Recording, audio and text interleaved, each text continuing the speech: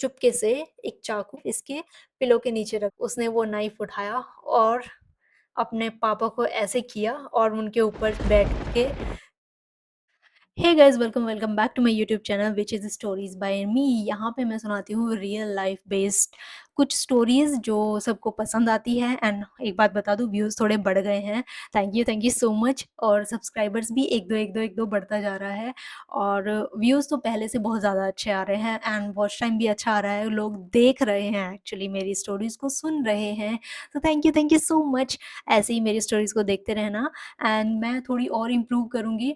सो देखो, एक major change मेरे अंदर आया है जब मैंने स्टोरी टेलिंग शुरू की है ना, तो बोल रही हूँ, मैं कॉन्फिडेंटली बोल रही हूँ कि हाँ, कैमरा के सामने ऐसे मेरी पहली जो मैंने हॉरर स्टोरी सुनाई है दे आर लाइक जैसे एंकर बैठ जाता है ना कैमरा के सामने, तो वैसे मैं बैठती थी। But now I am feeling more confident actually, so after this story telling and all.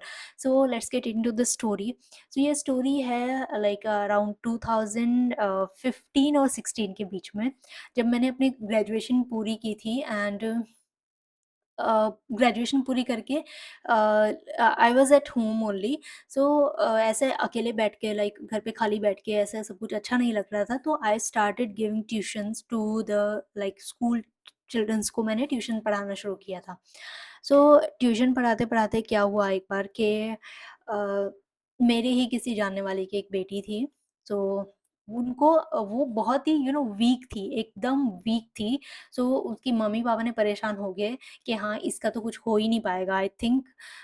तो उन्होंने परेशान होके मेरे पास भेजा था कि प्लीज़ इसका स्कूल चेंज करवाना है हमें, पहले स्कूल में टीचर्स जो हैं वो ध्यान नहीं दे रहे हैं।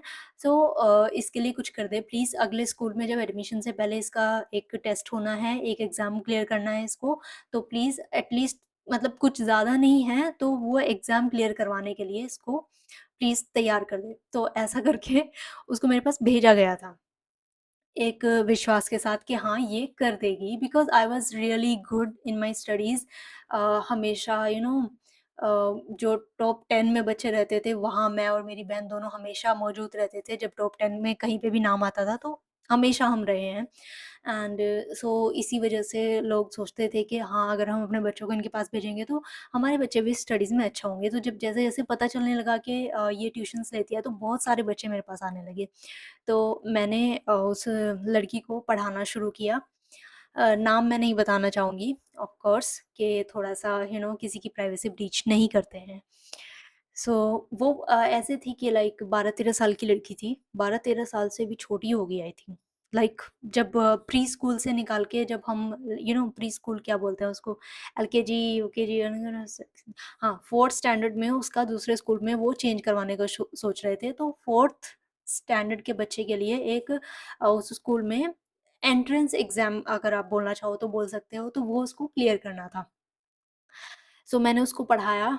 उसके दिमाग में कुछ नहीं घुस रहा था, क्योंकि उसको पसंद ही नहीं था पढ़ना। तो ऐसे बच्चे को जिसको पसंद ही नहीं है पढ़ना, तो उसको पढ़ाना तो बहुत ही एकदम दिमाग ख़राब कर देने वाला काम है।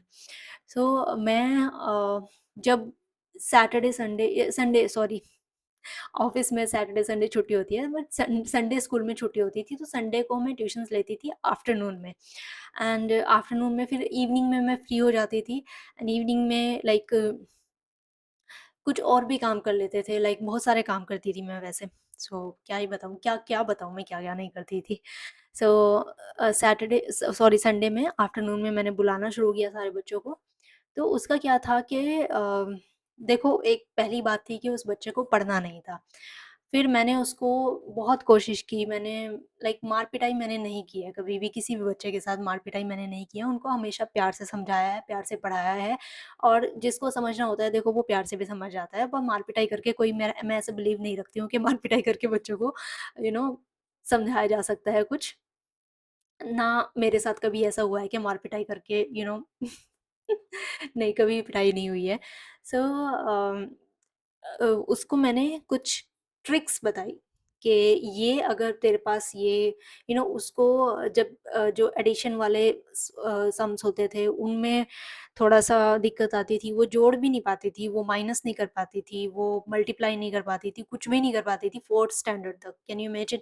सो ऐसे बच्चे को पढ़ाना और ऊपर से उसका एंट्रेंस एग्ज़ाम क्लियर करवाना, ये तो एक बहुत बड़ा टास्क था मेरे लिए। ठीक है, मैंने उसको अ, यू नो मैंने उसको बोला कि तू 1-2 दिन बाद आना मेरे पास, तब तक के लिए मैं एटलीस्ट मैं खुद को रेडी करूँगी। उसको रेडी करने से पहले मैं खुद को रेडी करूँ कि कैसे मुझे इसको पढ़ाना है। ठीक है, 2 दिन तक मैंने खूब सोचा कि कैसे मैं उसको एक प्लान बना के दूँ कि उस तू अपना एग्ज़ाम क्लियर कर लेना। सो लड़की थी वो एक। सो उसमें लाइक उसके ऐसे थे कि 30% 35 परसेंटेज ऐसे मार्क्स आए थे उसके 3rd स्टैंडर्ड में। सो ठीक है, फिर मैंने 2 दिन बाद उसको बुलाया। मैंने उसको बोला कि ठीक है, यहाँ पे बैठ मेरे साथ बात मैं मेरे को बात करनी है। तो मैंने उसको समझाया कि ऐसे-ऐसे करके एक पूरी नोटबुक पे मैंने उसका वो मतलब मैंने कहीं से एक बुक मँगाई उस स्कूल की 4th स्टैंडर्ड के बच्चे की। तो मैंने उसको बताया कि देख 4th स्टैंडर्ड में ये लेवल के क्वेश्चन्स आते हैं, ये सब कुछ होता है एंड तेरे को ये अभी सॉल्व करना है। मैंने उसको 2-3 क्वेश्चन्स दिए कि तू मुझे सॉल्व करके दिखा, मैथ्स का दिया, ये सब कुछ दिया। फिर वहाँ से मतलब पता भी था मुझे क्योंकि मैं भी उसी स्कूल में पढ़ी थी, तो मुझे पता था कि किस लेवल के क्वेश्चन्स वो लोग पूछेंगे या क्या करेंगे। तो मैंने उसको क्वेश्चन्स दिए, वो नहीं कर पाई।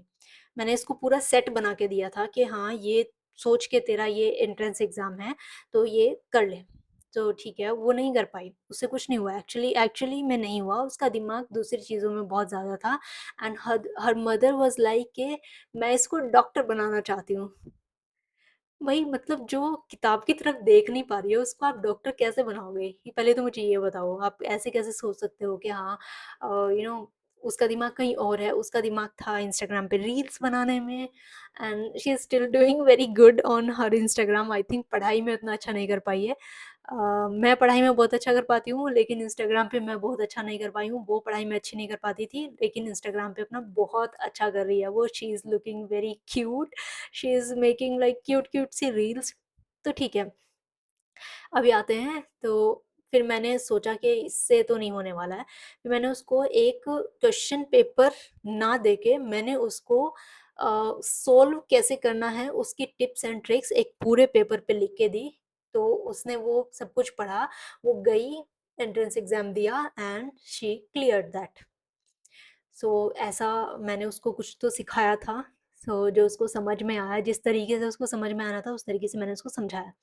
फिर अभी क्या होता है कि वो रेगुलर ट्यूशन जब उसको क्लियर हो गया है एग्ज़ाम तो उसके मदर-फादर का कॉन्फिडेंस मेरे ऊपर ज़्यादा बढ़ गया कि ये पूरा क्लियर करवा देगी इसका। तो अभी उन्होंने फिर मेरे पास रेगुलर ट्यूशन भेजना शुरू कर दिया उसको।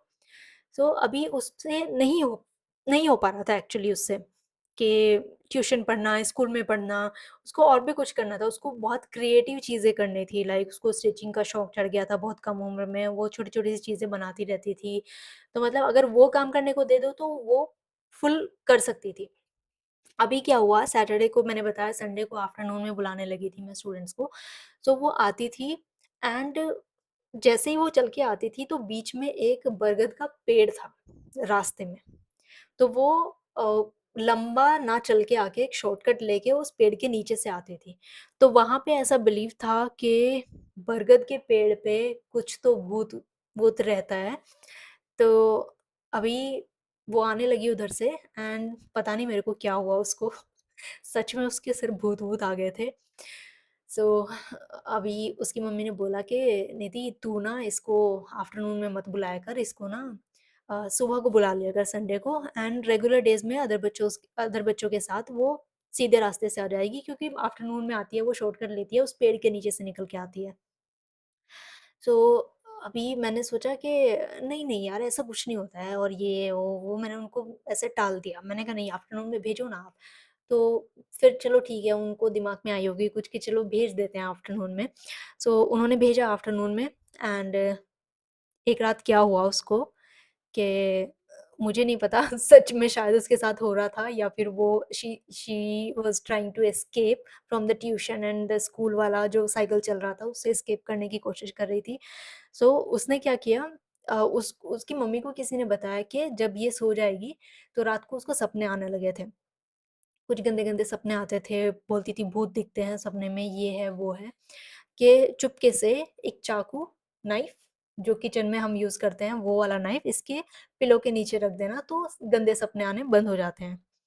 सो उसकी मम्मी ने किया वो, उसके पिलो के नीचे रख दिया तो उसको एहसास हो गया कि मेरे पिलो के नीचे मम्मी नाइफ़ रखती है। सो अभी वो मतलब सुबह को उठ के पिलो के नीचे हाथ चला ही जाता है तो उसने देख लिया कि हाँ, यहाँ पे नाइफ़ रखने लगी है मम्मी। सो अभी रात को पता नहीं सपने में थी या कैसे थी, उसने वो नाइफ़ उठाया और अपने पापा को ऐसे किया और उनके ऊपर बैठ के शी वाज़ लाइक उनको मारने की पूरी कोशिश की है उसने रात को। पता नहीं क्या लाइक मैं आई थिंक मैं हँस रही हूँ बताते-बताते क्योंकि मुझे हँसी आ रही है एक्चुअली जब मुझे पता चला तो मैं बहुत हँसी थी एंड उसकी मम्मी के सामने ही मैं बहुत हँसी थी। सो शी वाज़ लाइक इसने अपने पापा को मारने की कोशिश की है रात को। आई वाज़ लाइक नहीं यार ऐसा नहीं हो सकता है एंड फिर उसके पापा भी बोल रहे थे कि नहीं ऐसा हुआ है, ये पूरा चाकू लेके मेरे ऊपर बैठी हुई है रात को मुझे मार डालती, ये है, वो है, वो है। तो फाइनली मैंने कहा कि ठीक है मैं गिव अप करती हूँ, जितना पढ़ना होगा उसको पढ़ लेगी, तो अब से इसका ट्यूशन मेरे पास से बंद है। सो आफ्टर दैट ऑल्सो उन्होंने पता नहीं कहाँ-कहाँ तो उस लड़की को दिखाया है कि इस पे तो भूत लग गया है, ये लग गया है, वो लग गया है।